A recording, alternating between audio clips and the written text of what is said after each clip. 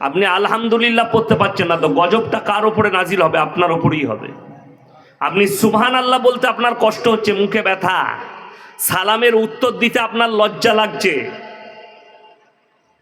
বুঝলেন? সালামের উত্তর দিতে একটা মৌলী সাহেব আপনাকে সালাম দিবে না, সালামটা আপনাকে দিতে হবে। একটা দাড়ি টুপিওয়ালা আপনাকে সালাম দেবে না। আপনি বেদাড়ি বেটুপি, বেঈমানের মতো চেহারা, আপনার মুনাফেকের মতো চেহারা, সালামটা আপনাকে দিতে হবে। কেন বললাম? রাস্তাঘাটে ইলেম বাজারে যদি যান, হাঁটেতে যান, কোনটা মুসলমান কোনটা অমুসলিম বোঝা যায়? কথা বলে না, বোঝা যাবে না। কিন্তু একটা দাড়িওয়ালা একটা টুপিওয়ালাকে দেখলে বোঝা যায় না এটা মুসলমান? তাইলে সালামটা এই দাড়ি টুপিওয়ালা আগে দিবে না। যার দাড়ি আছে, যার টুপি আছে, তার আগে সালাম দেওয়া যাবে না। যদি বলেন কেন? আমি যাকে চিনি না, অপরিচিত ব্যক্তি, একটা দাড়ি চাচা মাল, তাকে আমি চিনি না বর্ধমান টাউনে, তাকে আমি সালাম দেবো কিভাবে দেবো? আমি তো জানি না মালটা কোথাকার, ওই দিকের না এই দিকের, সালাম দেবো কি করে? কিন্তু সে জানে এটা মৌলী সাহেব, তাহলে তার সালাম দেওয়াটা আগে উচিত।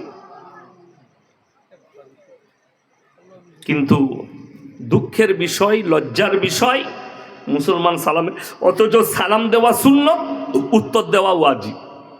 আমাকে দুবার সালাম দিতে হলো, এটা আপনাদের জন্যে লজ্জা, এটা আপনাদের জন্যে লজ্জার বিষয় যে একটা বক্তা স্টেজে বসে দুবার সালাম দিচ্ছে, মানে একবারের সালামে আপনারা উত্তর দেননি।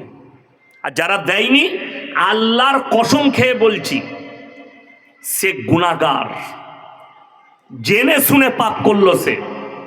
যে সামনেওয়ালা সালাম দিচ্ছে, নিজেকে মুসলমান দাবি করে, সে উত্তর দিল না।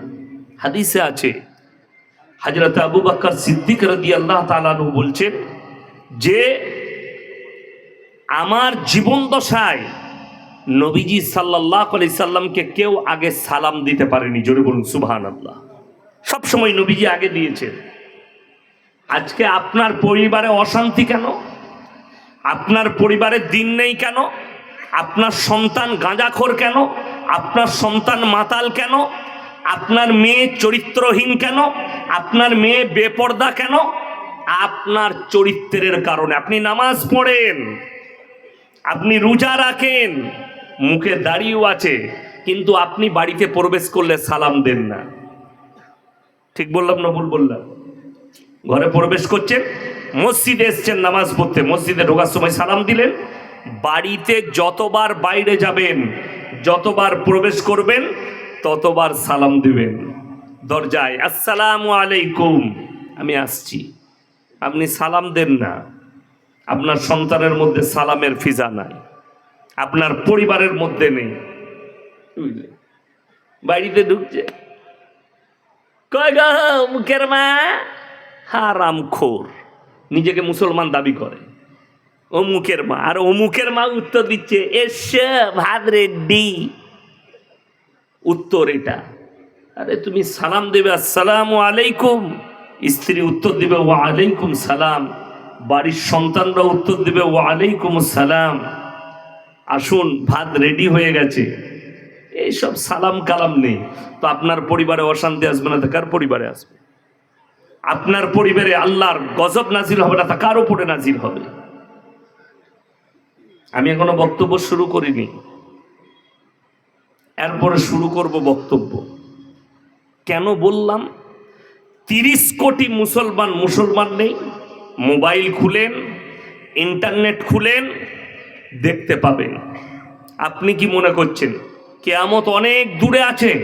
না, কিয়ামতের ছোট ছোট আলামতগুলো প্রকাশ পেতে শুরু করে দিয়েছে। তার মধ্যে 1 নম্বর আলামত, আল্লাহর ঘর মসজিদের ভেতরে দুনিয়াদারির কথা হবে।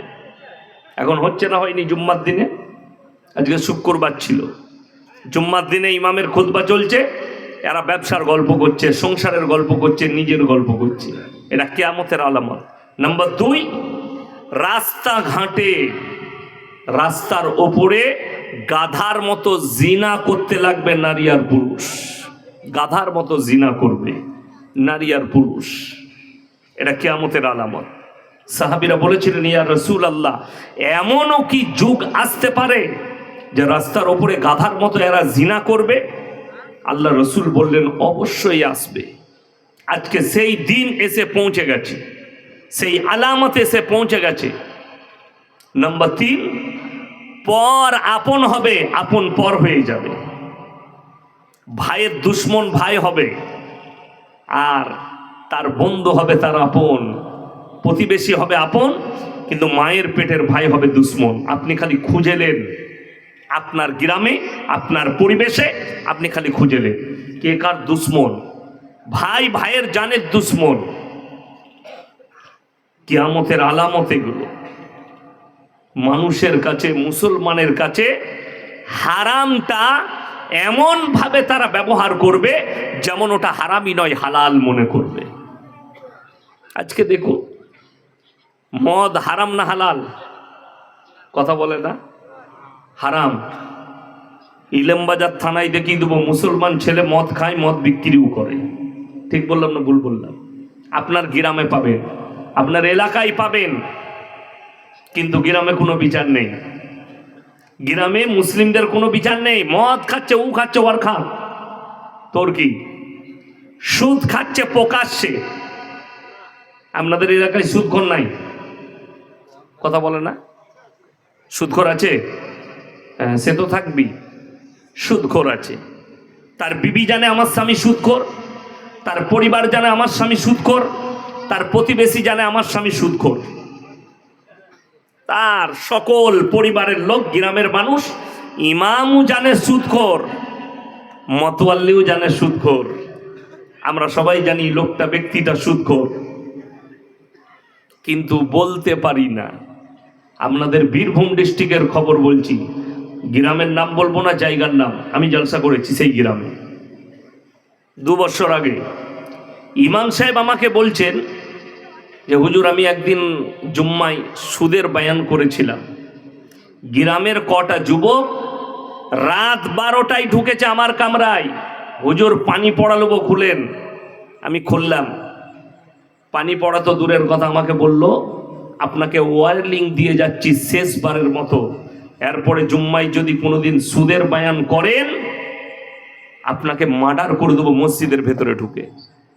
আল্লাহর কসম, এই ভাষাটা ইমাম আমাকে বলেছে। এই বীরভূম ডিস্ট্রিক্ট, আমি নাম করব না, কোন থানাটাও বলবো না। যদি আমার বয়ান তারা শুনে, অবশ্যই বুঝতে পারবে কোন হারামখোররা করেছিল এই কাজ। বয়ান তো শুনবে, শুনলে তারা বুঝতে পারবে। ইমামকে কে? কোনো অমুসলিম ভাই লয়, মুসলমান যুবক ইমামকে ঢুকে এই